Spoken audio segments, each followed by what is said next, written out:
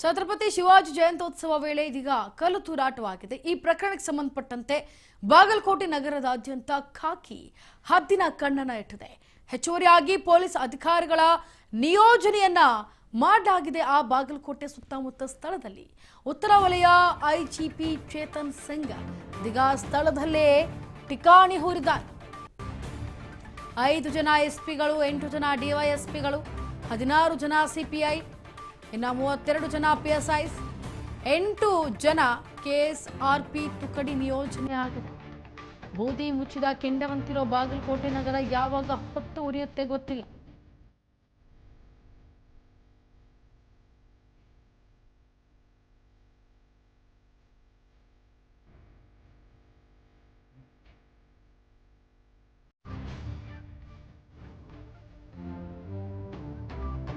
ಬಾಗಲಕೋಟೆಯಲ್ಲಿ ಛತ್ರಪತಿ ಶಿವಾಜಿಯವರ ಜಯಂತ್ಯೋತ್ಸವ ನಡೀತಾ ಇತ್ತು. ಈ ವೇಳೆ ಏಕಾಏಕಿ ಅಂದರೆ ನೋಡಿ, ಸಂಜೆ 5 ಗಂಟೆಗೆ ಶುರುವಾಗುವಂತಹ ಮೆರವಣಿಗೆ ಶುರುವಾಗಿ ಎಲ್ಲವೂ ಕೂಡ ಚೆನ್ನಾಗಿರುತ್ತೆ. ಆದರೆ ಈ 10 ಗಂಟೆ ಕರೆಕ್ಟಾಗಿ ಶಿವಾಜಿ ಅಂದರೆ ಛತ್ರಪತಿ ಶಿವಾಜಿ ಜಯಂತ್ಯೋತ್ಸವದ ಒಂದು ಬ್ಯಾನರ್ ಮೇಲೆ ಚಪ್ಪಲಿಯನ್ನು ಎಸೆತಾರೆ. ಇದಾದ ಬಳಿಕ ಕಲ್ಲು ತೂರಾಟವಾಗುತ್ತೆ.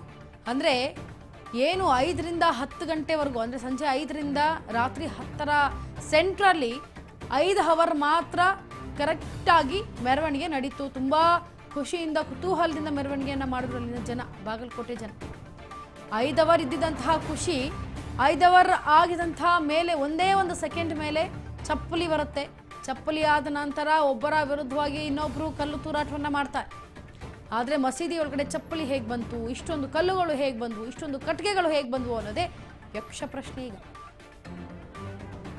ಶಿವಾಜಿ ಜಯಂತ್ಯೋತ್ಸವ ವೇಳೆ ಕಲ್ಲು ತೂರಾಟ ಆಗಿದೆ. ಕೇಸ್ ಸಂಬಂಧಪಟ್ಟಂತೆ ಏನು ಬಾಗಲಕೋಟೆ ನಗರದಾದ್ಯಂತ ಖಾಕಿ ಈಗ ಹದ್ದಿನ ಕಣ್ಣನ ಹೀರಿಸಿದೆ.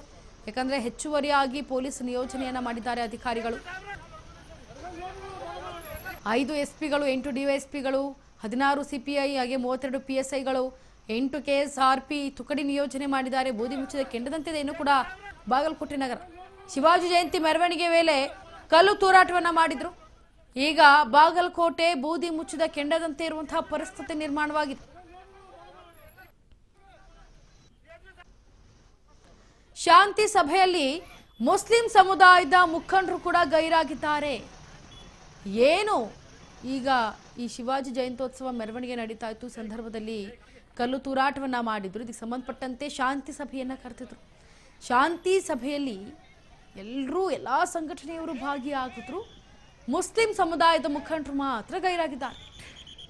ಜಿಲ್ಲಾಧಿಕಾರಿ ಕರೆದಂತಹ ಶಾಂತಿ ಸಭೆಗೆ ಹಾಜರಾಗಿದ್ದ ಮುಖಂಡರು ಈಗ ಸಭೆಗೆ ಬಹಿಷ್ಕಾರವನ್ನ ಹಾಕಿ ವಾಪಸ್ ಆಗಿದ್ದಾರೆ. ಹಿಂದೂ ಸಂಘಟನೆಯ ಕಾರ್ಯಕರ್ತರುಗಳು. ಬಾಗಲಕೋಟೆ ನಗರದಾದ್ಯಂತ ಪೊಲೀಸ್ ಬಿಗಿ ಬಂದೋಬಸ್ತ್ ಒಂದು ಕಡೆ ಆಗ್ತಾ ಇದ್ರೆ, ಬಾಗಲಕೋಟೆ ನಗರದಲ್ಲಿ ಇನ್ನೂ ಕೂಡ ಮುಂದುವರೆತಾ ಇದೆ ನಿಷೇಧಾಜ್ಞೆ. 3 ಕಡೆಗಳಲ್ಲಿ ಈಗ 163 ಸೆಕ್ಷನ್ ಅಡಿ ನಿಷೇಧಾಜ್ಞೆ ಜಾರಿ ಮಾಡಲಾಗಿದೆ. ಬಾಗಲಕೋಟೆ ನಗರದಾದ್ಯಂತ ಪೊಲೀಸ್ ರೂಟ್ ಮಾರ್ಚ್ ಅನ್ನು ಹಾಕೊಂಡಿದ್ದಾರೆ.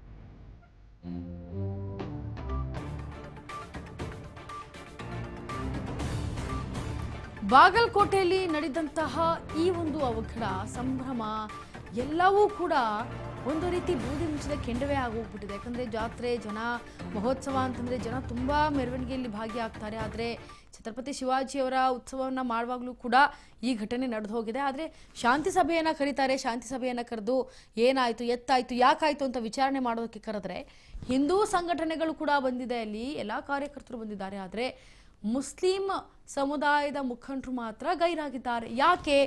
ಮುಸ್ಲಿಂ ಅವರಿಂದನೇ ಹಲ್ಲೆ ಆಗಿದ್ದು, ಆದರೆ ಮುಸ್ಲಿಂ ಮುಖಂಡರೇ ಶಾಂತಿ ಸಭೆಗೆ ಬಂದಿಲ್ಲ ಅಂದರೆ ಏನರ್ಥ? ಇದು ಬೇಕು ಅಂತ ಮಾಡಿದ್ದಾರೆ ಅನ್ನೋದೇ ಗೊತ್ತಾಗುತ್ತಲ್ಲ.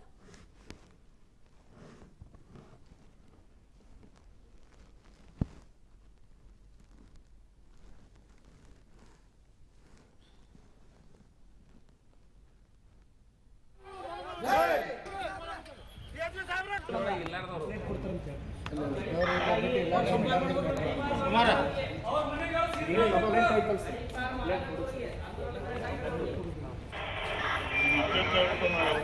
ಕೊಡೋದಿಲ್ಲ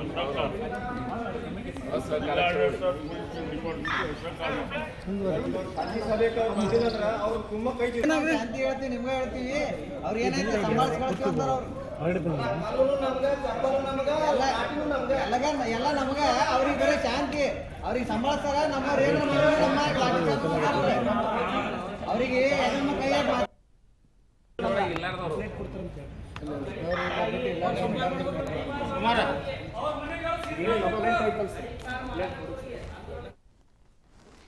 ಇದ್ರ ಬಗ್ಗೆ ಹೆಚ್ಚಿನ ಮಾಹಿತಿನ ನೀಡೋದಕ್ಕೆ ನಮ್ಮ ಜೊತೆ ಲೈವ್ನಲ್ಲಿ ಜಾಯಿನ್ ಆಗ್ತಾ ಇದ್ದಾರೆ ನಮ್ಮ ಪ್ರತಿನಿಧಿ ಮುರುಗೇಶ್.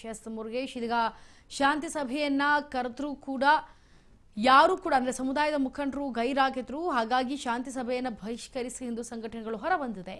ಏನೆಲ್ಲ ಅಪ್ಡೇಟ್ ಸಿಗ್ತಾ ಇದೆ ವಿಚಾರವಾಗಿ ಮಾಹಿತಿ ಕೊಡಿ.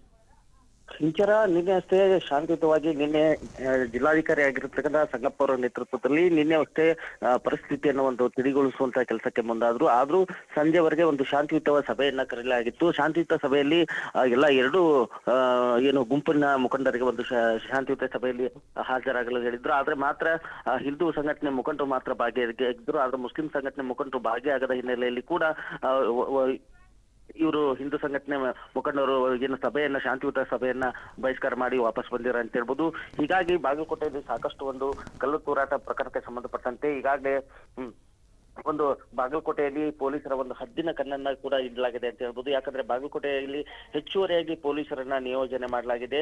ಬಾಗಲಕೋಟೆಯಿಂದ ಈಗಾಗಲೇ ಉತ್ತರ ವಲಯದ ಐಜಿಪಿ ಆಗಿರ್ತಕ್ಕಂಥ ಚೇತನ್ ಸಿಂಗ್ ರಾಠೋಡ್ ಅವರು ಈಗಾಗಲೇ ಇಲ್ಲೇ ಬೀಡು ಒಂದು ಠಿಕಾಣಿ ಇಲ್ಲೇ ಹೊಡೆದಾರೆ ಅಂತ ಹೇಳ್ಬೋದು. ಹೀಗಾಗಿ ನಗರದಲ್ಲಿ ಶಾಂತಿ ಪಾಲನೆ ಹಿತದೃಷ್ಟಿಯಿಂದ ಈಗಾಗಲೇ 5 SP ಆಗಿರ್ಬೋದು, 8 DYSP ಮತ್ತು 16 CPI ಮತ್ತಿಗೆ 32 PSI ಮತ್ತು 8 KSRP ತುಕಡಿ ಮತ್ತು 250 ಪೊಲೀಸ್ ಪೇದೆಗಳನ್ನ ನಿಯೋಜನೆ ಮಾಡಲಾಗಿದೆ. ಹೀಗಾಗಿ ಬಾಗಲಕೋಟೆ ಈಗ ಪೊಲೀಸರ ಒಂದು ಬಂದೋಬಸ್ತಿಯಲ್ಲಿದೆ ಅಂತ ಹೇಳ್ಬೋದು.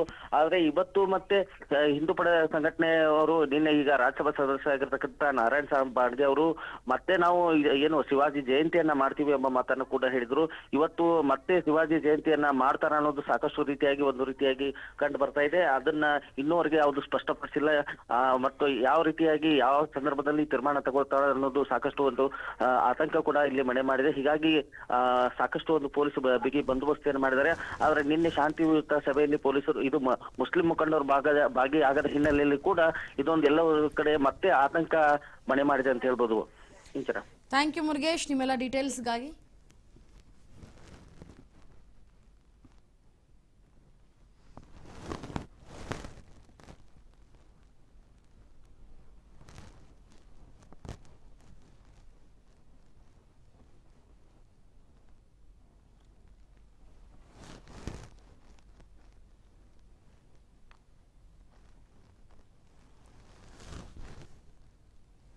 ಇದಕ್ಕೆ ಸಂಬಂಧಪಟ್ಟಂತೆ ಈಗ ಹಿಂದೂ ಸಂಘಟನೆಯವರು ಒಂದಷ್ಟು ಮಾತನಾಡಿದ್ದಾರೆ, ಅದನ್ನು ನೋಡ್ಕೊಂಡು ಎಲ್ಲ ಸಮಾಜದವರು ಸೇರಿ ಅದನ್ನೊಂದು ದೊಡ್ಡ ಮೆರವಣಿಗೆ ಮಾಡೋರಿದ್ದೀವಿ. ಇಡೀ ಹಿಂದೂ ಸಮಾಜ ಇದಕ್ಕೆ ಸಹಕಾರ ಕೊಡ್ತದ, ಹೊಟ್ಟೆ ಕೊಡ್ತದ, ಎಲ್ಲರೂ ನಮ್ಮ ಜೊತೆಗಿದ್ದಾರೆ.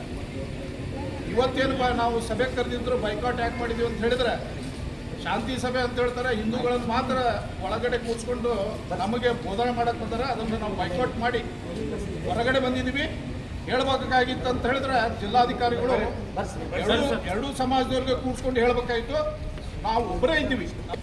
ಆ ಡಾನ್ಸ್ ಮಾಡಿದವ್ರನ್ನ ಎಲ್ಲರನ್ನೂ ಅರೆಸ್ಟ್ ಮಾಡಬೇಕು.